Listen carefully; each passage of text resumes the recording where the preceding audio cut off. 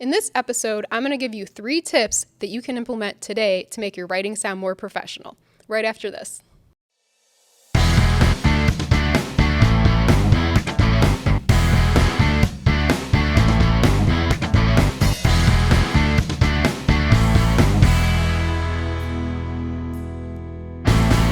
Welcome back to Watch Time, everybody.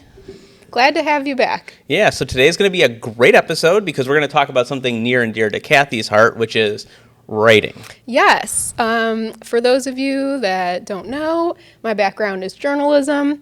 I was a trade publishing editor for almost a decade.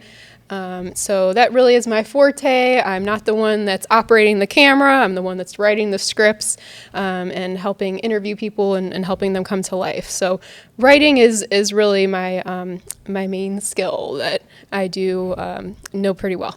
Well, you really lay out the story and then you tell us where to point the camera. So yes, without that story being laid out, the videos would not turn out as good as they do. Yes, and I've always been like that. I know you've talked about in high school and growing up, you were really into film, and I was the little kid that was like writing poems and short stories and even some Broadway tunes that thank God never got produced. So that's really my forte, and so I know that a lot of people struggle with writing. It can be really hard, and honestly, it's just something that takes a lot of practice. It takes years and years of practice. I'm still learning new things all the time. But the good thing is there's a lot of shortcuts and tools available now where you can really help your writing sound professional even without having all that formal education or formal experience. So if you don't like writing and you have to do it for work, whether it be for social media or whether it be, you just have to send emails. I feel like everybody has to send way too many emails. So today we're going to give them some tips on what they can do to be more effective. Yes. Okay. Yeah, I think, again, just to reiterate the fact that, your writing is really important. It can really make or break how professional or not professional you sound. If it's kind of like your first impression on social media, in a social media post or in an email. And so you want to be able to put your best foot forward and sound very knowledgeable and represent your company and your own personal brand in the best way you can. So what would you say is one of the first tips that you would have, for anybody that's watching or listening, where's the first place they should start to just automatically start getting some better writing going? I would say start with some of those great tools that are out there. And the one specifically I would recommend the most is just get the free version of Grammarly. It's Grammarly. You've probably seen a million commercials about it. I feel like it's pretty well advertised. Grammarly goes beyond spell check. First of all, if your spell check isn't on, you obviously want that to be on. And I'm talking about emails. Grammarly will look at your Microsoft Word documents. It will look at your Google Docs. It integrates with everything, even just the free version. So Grammarly catches, maybe if you're not using a word correctly, where spell check will only correct the word. So it's such a lifesaver, and I think if you have that on and just are constantly paying attention to it, it can make a huge impact and just catch some of those silly mistakes that you made that you don't even realize. Well, I know you told me to get it, and I got it, and I can say that it has helped my writing a lot. Just not beyond the spell check side of things, but I struggle sometimes when I'm quickly writing to remember where exactly some punctuation might go. I might miss it, and it catches that. But what I thought is really great about that tool specifically is as a Mac user, it also works in my notes, which is very helpful. So notes it'll integrate with that, and then I believe with my Safari or my Google Chrome. Yeah, it'll work in there. So if you're Yes. typing out a post for social media, it will go through and give you some suggestions too. Yeah, I know that I use it. I think it's actually an extension they call it in Google Chrome, but I think you can even have a desktop. And honestly,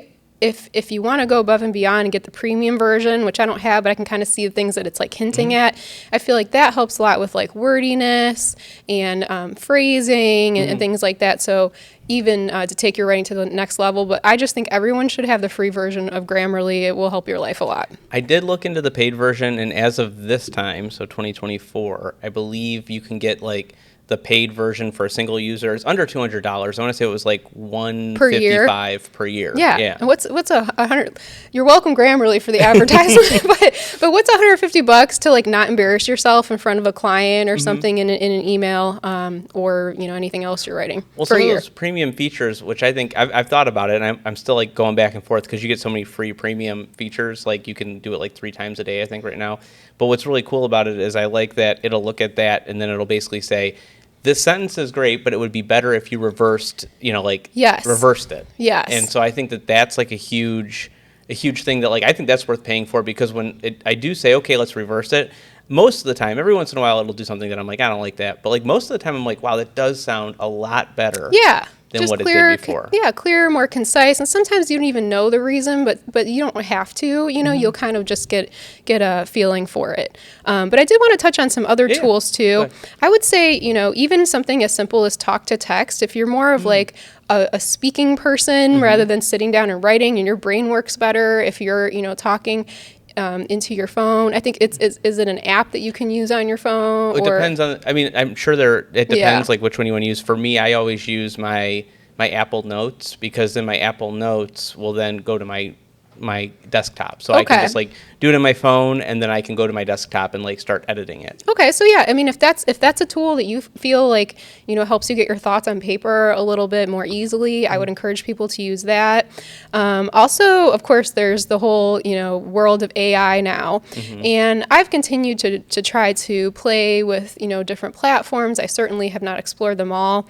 I did try to use it to Chat GPT just to write a full blog, and I'm just I think maybe for some very basic topics it can work well. Of course, it always needs a human touch and human editing. I haven't been real pleased with just, I feel like it's very surface level, and it definitely likes to be dramatic. I think you and I were editing something the other day, and I was like, these words are just like a little bit too strong. Like I can tell it likes to write blog posts like, let me take you on this journey through this topic. Like it uses phrases like that all the time, and that's how I can always tell, that it's somebody used AI. But I have liked it as like a really easy Google method where, maybe I'm writing about something and I just don't know, what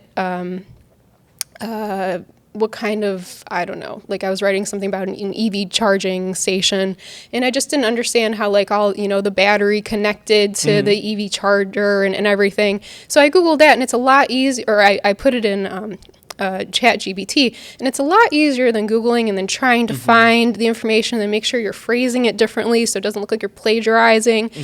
So I really do like it for quick information for that, and I know that you've used it for some like buyer personas and different things too. So I think it's a nice shortcut if you're like, looking for something like that, or even just with basics where, sometimes I feel like I struggle with the introduction or the conclusion of the piece. I was writing something about tips for writing ebooks the other day, and I just needed like that introductory kind of inspiration about like why ebooks are important and what they are. And so I went in ChatGPT, and it populated something that I could edit and work from. One thing I do like about them, and I think this is kind of adding to the writing topic, is when you do have your personas, whether it be they helped create them or you feed them to ChatGPT, what I thought was really cool is you can ask it, like, I need lead generators for this persona. Can you give me some examples of what would make a good lead generator? And it'll actually list out, like, not only like what type of lead generator, like whether it be an ebook or like a quiz or something like that, but it'll also give you like some examples of, I would try writing an ebook on this topic or this topic, and do a quiz on this topic and that topic. So I do think from a standpoint of like getting inspiration, like you're saying, I think it's a good tool for that. I have fed it some of the blogs that like we've written and been like, can you write this in a similar tone? And it does use words that are, like you were saying, like they're a little dramatic, but it does match the tone pretty well. So I think that's kind of interesting. So like you could take like a couple sentences maybe and like swap out what you were writing and just make it sound a little bit better. Yeah, and I know that there really is an art to putting in the, what do they call it, the query into these AI platforms, and I'm sure, you know, the clearer you can be about like what kind of company you are and who your audience is and everything, you'll get better results.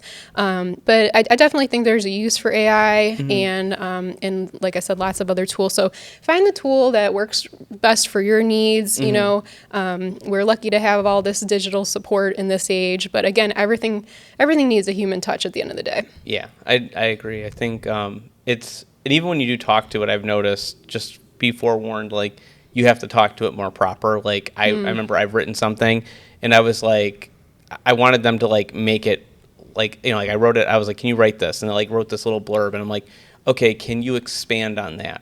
Like, and like, can you expand this? That's what I told it, expand this. And really what I should have said is, can you make this a paragraph? Yes. And because I said, can you expand this?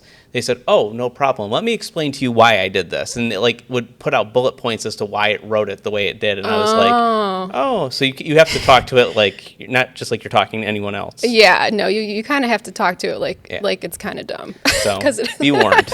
Yes, but all those things are really helpful, and I would encourage people to embrace them. So what's tip number 2? So tip number 2 is reading out loud. And I did not learn this until, you know, after being in the professional writing field for 10 years, because I always had the luxury, you know, I worked for a trade publication before, and I had the luxury of having an awesome editorial team around me of editors. We would proof things 2 or 3 times. I didn't have to worry about being like super 100% when I wrote an article, because I always knew that somebody else was going to look at it, and then somebody else was going to look at it there. And it was really nice. I mean, honestly, I learned a lot of, you know, great writing tips and styles, and it made me a better writer. But, you know, once I didn't have that team around me, and I was the one that was looking at the final product for a lot of things, you know, I just realized it's so easy to miss things. And I don't think that like people should feel bad about that, because it's honestly just the way your brain works. I think that your brain works differently when you're reading something on a hard copy on a piece of paper versus on a screen versus actually speaking out loud and you're hearing these words. So it may sound crazy, but every blog I write, every article, every video script, voiceover, I read out loud at the end. Sometimes my husband makes fun of me because he'll hear me in the other room. And but it really helps you catch things, and it will also help with your flow, because even though writing is more formal typically than the spoken language, you'll just get this sense where like, oh, that kind of sounds clunky, or like that just isn't quite right, and then you can go in and like edit it. It's that kind of like auditory visual connection that's just helping you catch more mistakes and help smooth out your writing. That's good advice. So reading it out loud, and maybe just making sure, because I could see that like there's times that like I'll read an email back and I've noticed that like there's like some issues with like, I'm like, oh, that word sounds like it like runs right into the other one. Like maybe it needs to be broken up. Yeah. It just, you know, and you're not always trying to get it perfect, but sometimes you're just like, oh, that's not what it just isn't right. Something just doesn't sound right. Interesting. So I have learned that is really helpful for me. And, you know, maybe you are like even get your pen out on, after you print out something. I don't like to waste a lot of paper, so I find that just reading on the screen, works for me. But if you need to print something out and use the pen and paper method, then, do whatever works for you. You could try iPad and Apple Pencil. Yes, there you go. Yeah, that's the more sustainable way to do it. So what's tip number 3? So tip number 3, and this is just a really easy one, but I feel like it makes all the difference in looking more professional. I feel like a lot of times people will repeat words that are too close together. So if you have a paragraph, you want to try to not use the same word twice within that paragraph. Of course, you're going to use things like and the and things like that. But, for instance, if you said, Kathy and Bill talk on their podcast about a variety of different subjects. They talk about video and video marketing. You've used the word talk twice. So instead of being like, maybe you want to change it to Kathy and Bill talk about video marketing on their podcast. They discuss topics that are blah, blah, blah. And I feel like just that change makes your writing sound less repetitive, and that in itself makes it sound way more professional. And that's just like a really quick tip, but it will make all the difference, I promise. So making thesaurus your best friend. Yes, I love Yeah. thesaurus.com. I use it all the time. Yes. I do have a hack to add to this. If anybody that's watching or listening, if you have a Google Home or an Echo, like I do this all the time actually, because I have a Echo like right by my computer. I'll always like ask it like, what is another word for this? Oh, and it that's will fun. actually like spit out a bunch of words to me for like oh like for an adjective it would be this for like, and it'll like spit it out. So it's a great way to Yeah. like. It doesn't always work. Sometimes I feel like it only gives you like 3 and you need more. But like I think it's a great way to just like ask like real quick like, okay, what's another word for this, and you can swap it out. Yeah, it's another great example of using a modern digital tool, you know, to help with your writing. So that's just a number one thing I see that, you know, if I'm proofing somebody else's work or doing reviews, that can make a big difference, because it does get a little repetitive. I will say too, like just based on your first topic, like that is another task that I think ChatGPT can do, is you can give it a word and say, can you give me other words that are similar to this? Yeah, So absolutely. that's a great way. Like if you already have it open, you can just go ahead and Yeah. interesting. And it will expand your, you know, your vocabulary as well, and you'll get better at, you know, choosing other words as you go along. So those are just 3 simple things that, you know, obviously there's a lot of things you can discuss with writing, but I think those are really just easy steps that you can start doing today. So tip number 1 was using a good tool. Use your tools. And then tip number 2 is going to be Reading out loud. reading out loud. And then tip number 3 is going to be not using the same word twice in the same paragraph. Yes, exactly. And do those 3 things, and your writing will sound way more professional. So if you're listening and watching this podcast, we expect to see better writing coming from all of you. Yes. So thanks for joining us, and thanks, Kathy, for those tips. And we'll catch you guys in the next episode. Thanks for listening to Watch Time. We hope you guys enjoyed today's episode. And remember to like and subscribe so you don't miss future episodes. And if you want your question answered on our podcast, go to flexmediacle.com/watchtime.